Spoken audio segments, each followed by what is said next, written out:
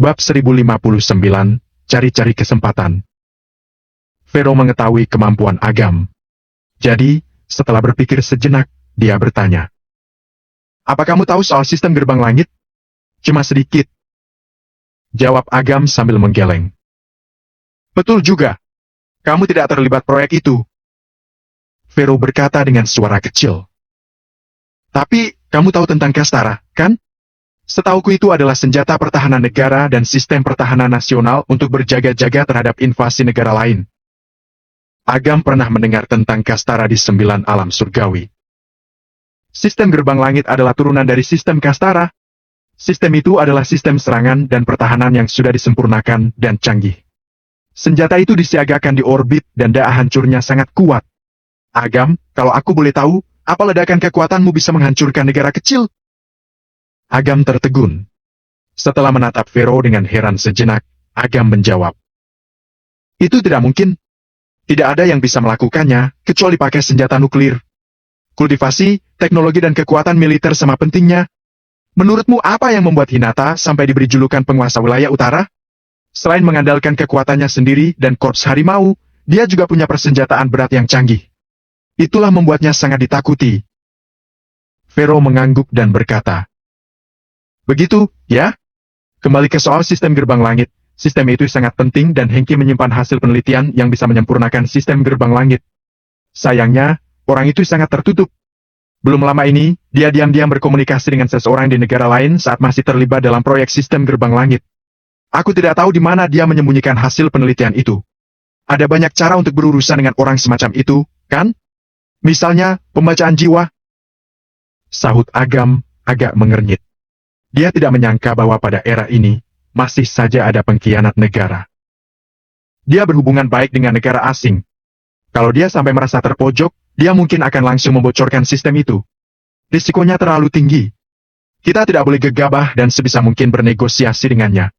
Siapa tahu kita bisa mendapatkan informasi yang berguna nanti. Agam mengangguk dan berpikir sejenak. Wanita dari keluarga Haryanti ini ternyata sangat bertanggung jawab. Pantas saja Hansen mempercayakan sistem rudal tongkat dewa padanya dan Vero juga akan dipromosikan menjadi wakil komandan 9 alam surgawi. Selesai mengobrol, keduanya sampai di depan restoran. 2 orang tentara berbadan tegap menghampiri Vero begitu dia keluar dari mobil. Setelah memberi hormat pada Vero, mereka ingin menggeledah Agam, tetapi Vero menghentikannya. Tidak usah. Dia pacarku. Kata Vero sambil mengerutkan kening. Kami cuma melaksanakan perintah Pak Jaden untuk menggeledah orang yang asal-usulnya tidak jelas. Asal-usul tidak jelas? Apa kamu mau bilang kalau pacarku mata-mata? Mata Vero yang indah berkilat dingin. Bukannya dia ingin mempersulit orang-orang ini. Dia hanya muak dengan sikap Jaden. Kedua tentara itu saling menatap. Wanita ini tidak mudah dihadapi. Mengesampingkan statusnya sebagai putri keluarga Haryanti, prestasinya di ketentaraan cukup membangkitkan rasa hormat. Menghadapi penolakan Vero, mereka tidak punya pilihan selain membiarkan Agam pergi dan beralih memeriksa sopir. Pengamanannya benar-benar ketat. Agam dengan hati-hati merasakan bahwa hanya ada beberapa koki dan pelayan di restoran mewah ini. Selain mereka, ada pula 2 aura yang kuat. Kekuatan 2 orang itu sudah mencapai alam kemuliaan tingkat 2 awal, sedangkan kekuatan ilahi mereka sudah mencapai alam absolut tingkat 1. Radius 100 meter dari restoran sudah dikosongkan, sementara di dalam restoran ada 2 tentara yang berjaga setiap 3 meter. Pertemuan ini tidak biasa. Terlihat jelas bahwa keluarga Haryanti menganggap Hengki sebagai sosok yang cukup penting. Restoran ini didekorasi dengan elegan dan alunan suara biola diperdengarkan dari pengeras suara. Ada 2 orang di ruang VIP lantai 3. Yang satu adalah Jaden, sedangkan yang satu lagi adalah seorang pria tua yang mengenakan jas dan dasi. Dia mengenakan sepatu kulit buaya yang mahal dan jam tangan seharga ratusan juta. Pria ini setidaknya berusia 60 atau 70 tahun.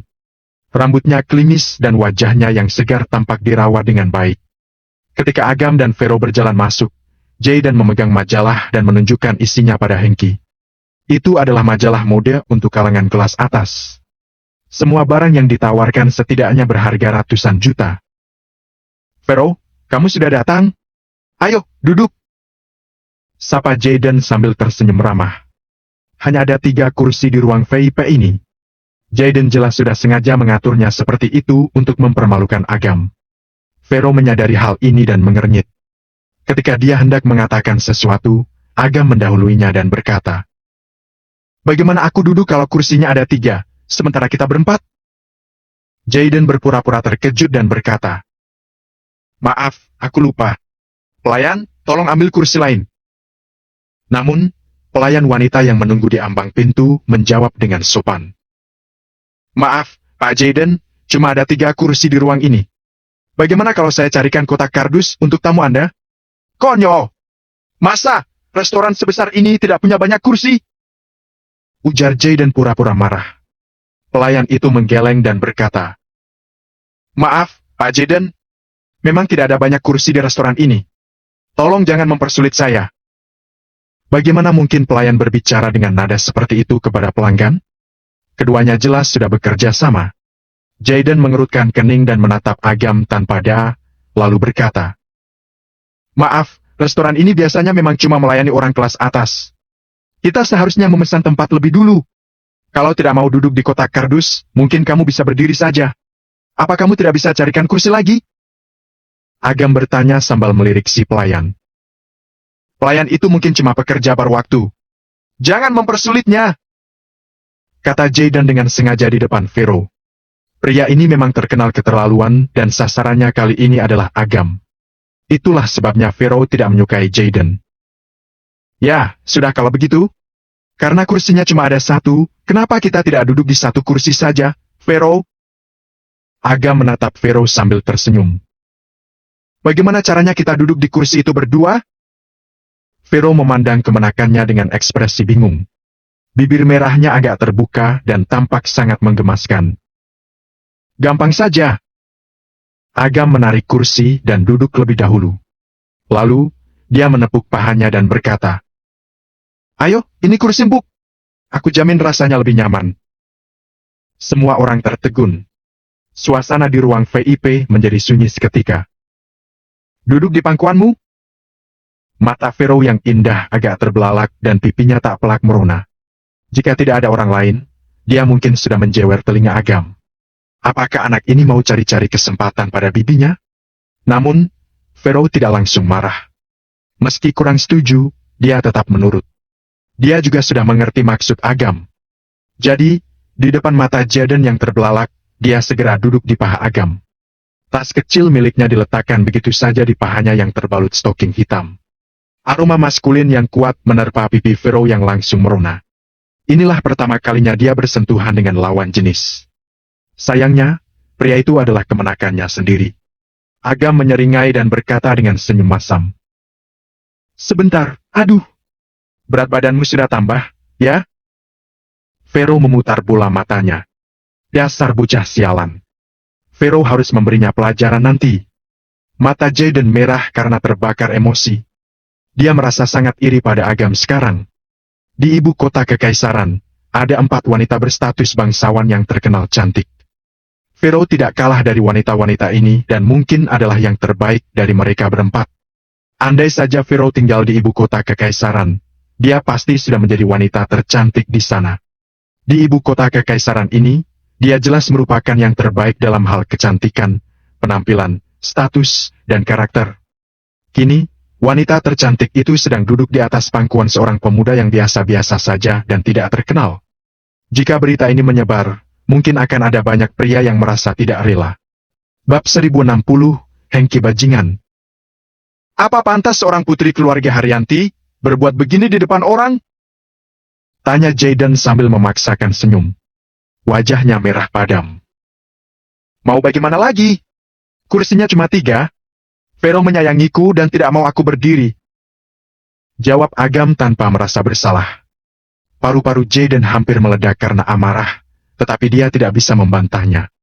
Lagi pula, itu bukan urusan Jaden jika mereka mau bermesraan. Dia tidak berhak melarangnya. "Cepat carikan kursi!" teriak Jaden ke si pelayan wanita. Tapi, pelayan itu tercengang. Hal ini berbeda dari skenario yang direncanakan. "Cepat!" "Baik, Pak, tapi aku tidak mau mengembalikan uang yang sudah Bapak kasih." Jawab pelayan itu memastikan. Jaden sudah memberinya uang 200 juta untuk membantu sandiwaranya barusan. Jumlah itu sama dengan jumlah gaji si pelayan selama setahun. Dia jelas tidak mau mengembalikan uang sebanyak itu. Ekspresi Jaden makin muram. Baginya, itu hanya uang receh. Mengapa pelayan itu malah membongkar rahasianya? Setelah pelayan itu membawakan kursi tambahan, Jaden berkata dengan kesal pada Agam. Kenapa belum pindah? Kamu sudah diambilkan kursi. Mau apa lagi kamu? Itu kursi buatku. Tidak apa-apa. Lagian, aku belum capek. Agam tertawa ringan. Sialan. Siapa yang bakal kelelahan memangku wanita tercantik di ibu kota kekaisaran? Orang-orang bermuka tebal memang tidak bisa ditaklukkan dengan nalar biasa. Jaden sangat emosi karena Agam selalu membantah perkataannya. Jaden pun melirik Hengki. Vero menganggap penting Hengki, jadi Vero mungkin akan mendengarkan Hengki. Hengki menyipitkan mata dan mencibir. Vero, kamu kesini untuk membicarakan hal penting denganku, kan? Apa kita mau berbicara dalam keadaan seperti ini? Awalnya Vero merasa tidak nyaman duduk di pangkuan Agam. Namun, bisa melihat Jaden yang mencak-mencak seperti itu membuatnya sangat bahagia. Memang benar, cara menghadapi seorang bajingan adalah dengan menjadi lebih bajingan lagi. Setelah merasa puas dan Hengki juga sudah berbicara, Vero pun duduk di samping Agam. Baru pada saat inilah kemarahan Jaden mereda, tetapi ketika melirik Agam, sorot matanya menjadi galak lagi. Pemuda sialan ini harus diberi pelajaran. Vero, aku dengar kamu pergi ke Provinsi S, ya? Hengki bertanya sambil menyesap tehnya. Ya. Status Vero dan Hengki sebenarnya sama, tetapi Vero membutuhkan informasi dari Hengki sehingga dia merasa perlu untuk bersikap sopan pada lelaki itu. Setelah menyesap tehnya, Hengki tampak ingin mengatakan sesuatu pada Jaden. Tak lama kemudian, dia pun berkata, restoran macam apa ini? Kenapa tehnya tidak enak? Si pelayan segera menjelaskan. Pak, ini teh premium, teh hitam. Harganya 6 juta sesendok dan dibuat dari daun teh yang berumur sebulan. Sebulan? Aku cuma bisa minum yang daun tehnya berumur seminggu. Daun teh ini jelas-jelas berumur 2 bulan. Cepat ganti! Hengki meludahi tehnya dan menyeramkannya ke pelayan. Menyadari hal ini, sang manajer pun buru-buru datang dan membungkuk di depan Hengki meminta maaf. Dia langsung membereskan teh yang sudah disajikan dan berjanji akan membawakan teh lain yang lebih enak. Apa mereka mau membodohiku? Mereka pikir aku tidak bisa membedakan teh tua dan teh muda? Hengki berkata sambil mencibir. Hahaha, pengetahuan Pak Hengki soal teh memang hebat. Pak Hengki bisa langsung tahu dari rasanya. Nanti, aku akan meminta anggota keluarga Winarno yang bekerja di Departemen Perdagangan untuk memberi pelajaran orang-orang di restoran ini karena sudah berani membuatmu marah. Kata Jaden menyanjung Hengki dan tertawa.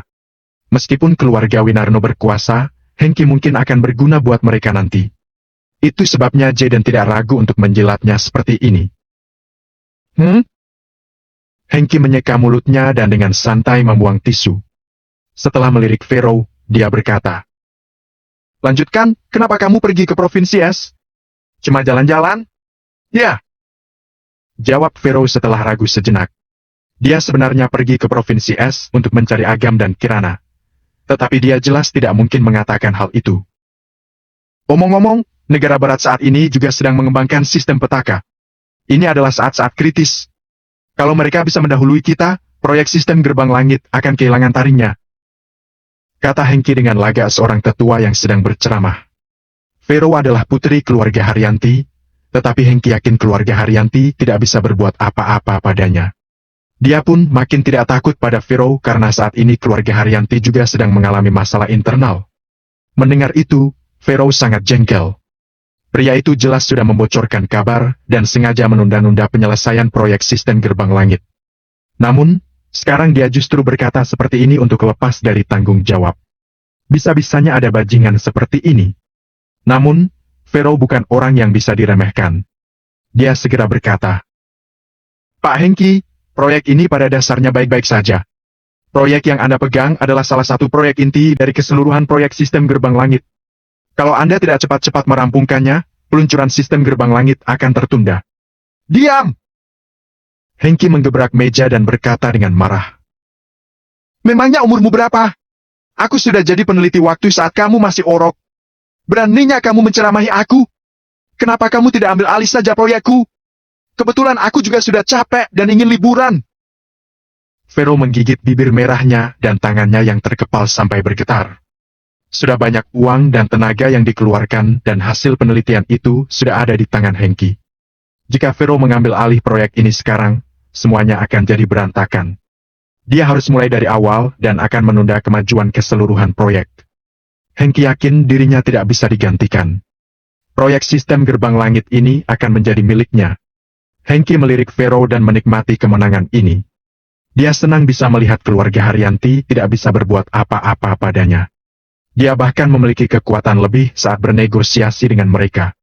Ini pun membuatnya mengira bahwa dia jauh lebih kuat daripada keluarga Haryanti. Saat ini, manajer restoran berjalan masuk dengan hormat sambil membawa sepoci teh dan hidangan lain. Dia pun segera menuangkan teh itu ke cangkir. Di mana sendok dan garpu peraknya? Kenapa tehnya sampai luber ditutup poci waktu menuang? Kamu pikir siapa yang kamu layani ini? Kenapa cuma menyajikan 3 hidangan? Kami berempat, yang satu mau makan apa? Apa kalian tidak tahu aturannya? Sudut mata Hengki agak terangkat dan nadanya datar.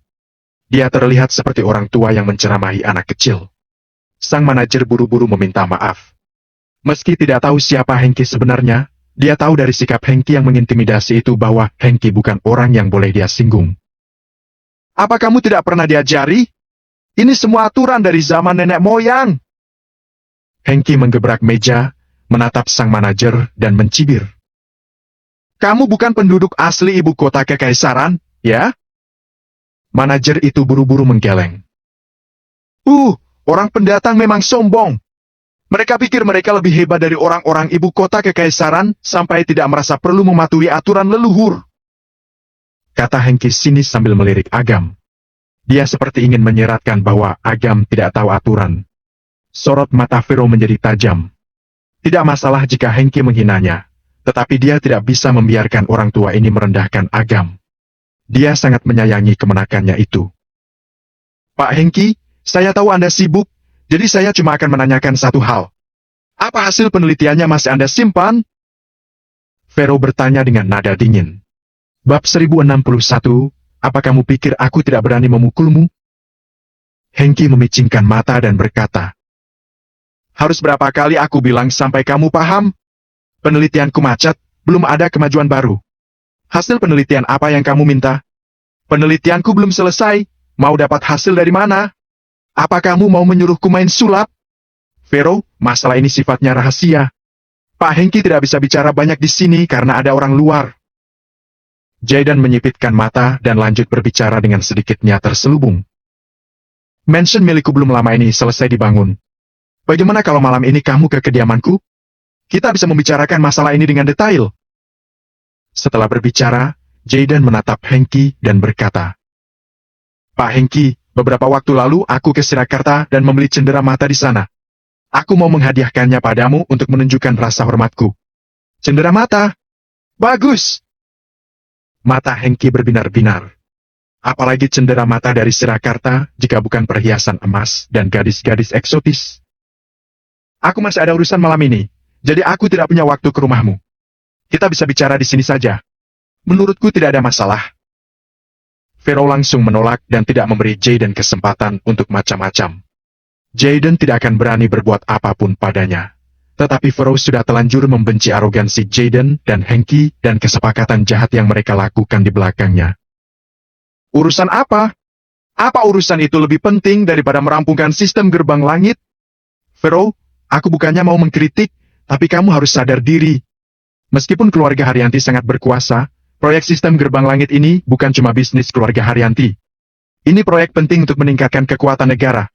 Apa kamu mau tanggung jawab kalau proyek ini sampai tertunda? Kurasa kamu belum siap mengambil alih proyek sistem gerbang langit, jadi aku akan melaporkanmu ke bagian riset. Kalau memang tidak mampu, kamu harus diganti secepatnya. Ya, Hengki berhak melakukannya. Lagi pula, dia mengurusi proyek inti dan organisasi biasanya akan menyetujui permintaannya. Pak Hengki, jangan keterlaluan. Vero berkata sambil menggertakkan gigi dan menekan amarah di dadanya. Dia benar-benar benci pada orang semacam Hengki. Vero, kenapa kamu masih belum paham juga? Ada hal yang bisa dengan mudah kamu selesaikan kalau kamu tidak keras kepala. Hengki berbicara dengan angkuhnya, tetapi ponselnya tiba-tiba berdering. Setelah melihat nomor si penelepon, dia segera tersenyum dan menjawab telepon dengan bahasa asing. Dilihat dari caranya membungkuk-bungkuk saat menelepon, orang akan mengira dia sedang berbicara dengan ayahnya. Setelah menutup telepon, Hengki menyipitkan mata ke arah Vero dan berkata, "Aku tiba-tiba ingat sesuatu. Apa pembicaraan kita sudah selesai? Aku masih harus..." Biu! Poci berisi teh panas menghantam wajah Hengki dan pecah berkeping-keping. Uap teh panas langsung mengepul dari wajah Hengki. "Ah!"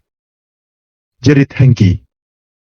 "Sayang sekali teh yang enak ini harus dipakai untuk menyiram orang tidak berguna sepertimu," kata Agam dengan tenang sambil menyulut sebatang rokok. "Vero, kenapa kamu mengajak orang gila ini ke sini?" Jaden seketika berdiri dan berlagak marah. "Apa kamu tidak tahu kalau aku sudah membayar mahal agar Pak Hengki datang ke sini? Aku sangat menghormatinya, tapi temanmu ini malah berani kurang ajar padanya." Hal apa yang paling dibenci oleh wanita seperti Vero? Tidak diragukan lagi, dia sangat membenci orang yang kasar dan bertindak secara impulsif. Perkataan Jaden sepertinya masuk akal, tetapi pria itu sudah menusuk Agam dari belakang dan kini berusaha membuat Vero membenci Agam. Namun, Vero juga bingung dengan tindakan Agam yang tiba-tiba ini. Mata indahnya menatap Agam dengan heran. Mereka sedang berusaha membujuk Hengki memberikan hasil penelitiannya, tetapi sikap impulsif Agam justru akan mengacaukan segalanya. "Vero!" Hengki berteriak sambil mengambil tisu dan menyeka wajahnya. Ketika merasakan sakit di wajahnya, dia kembali berteriak. "Jangan bilang kalau aku tidak menghargaimu. Untuk membalas perbuatanmu ini, aku tidak akan memberikan hasil penelitianku padamu." Berani sekali pemuda itu memperlakukannya seperti ini. Semua orang di ibu kota kekaisaran akan bersikap sopan padanya dan menyambutnya dengan baik. Namun, sekarang dia disiram teh oleh orang yang tidak dia kenal. Dia merasa terhina dan suara teriakannya begitu keras. "Oh, jadi hasil penelitiannya sudah ada, ya?" Agam tersenyum kecil dan meraih kerah Hengki. Vero jadi takut melihat sikapnya ini. Jaden di sebelahnya pun sampai tercengang. Pemuda itu benar-benar bodoh atau pura-pura bodoh. Dia berani menantang Hengki. Namun, mata Jaden tampak berbinar-binar. Jika hal ini berlanjut, Vero akan kecewa pada Agam dan Jaden akan punya banyak kesempatan untuk mendapatkan hati Vero. Wajah Hengki langsung merah karena menahan marah. Dia menatap Agam, lalu berkata, "Bajingan! Pukul aku kalau kamu berani!" Plak! Agam melayangkan tangannya dan menampar wajah Hengki dengan keras. Sambil mencibir, dia bertanya, "Apa kamu pikir aku tidak berani memukulmu?" "Agam, cukup!" kata Vero dengan terburu-buru. "Kamu terlalu baik. Orang sombong semacam ini sudah lupa diri. Dia perlu diberi pelajaran agar kapok." Agam melirik pakaian mewah Hengki dengan amarah yang berkilat di matanya. Dibandingkan dengan orang-orang di pesawat tadi, orang ini benar-benar bajingan. Agam tidak menentang seorang peneliti mendapatkan perlakuan yang baik. Dia bahkan sangat mendukungnya. Para peneliti sudah berkontribusi dalam membela negara. Mereka menyumbangkan masa muda dan kekuatan mereka demi kesejahteraan masyarakat. Tidak seperti anak-anak kaya yang tinggal di rumah mewah dan mengendarai mobil mewah. Orang-orang seperti itu hanya bisa bersenang-senang setiap hari.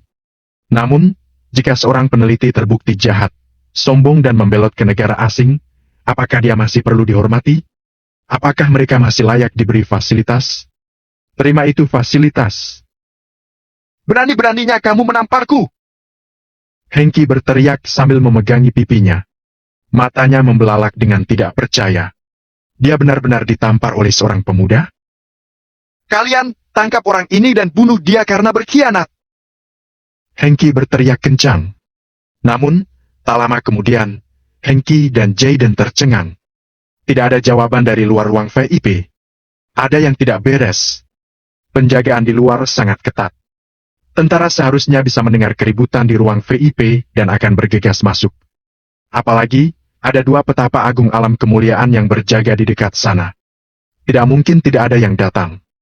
Pharaoh bisa menebak beberapa alasannya. Agam bisa menghancurkan klan tersembunyi.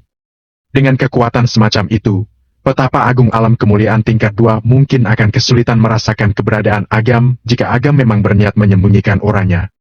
Namun, masalahnya mereka mungkin akan merasakan keberadaan Agam nanti setelah dia memberi Hengki pelajaran. Hal ini akan merepotkan,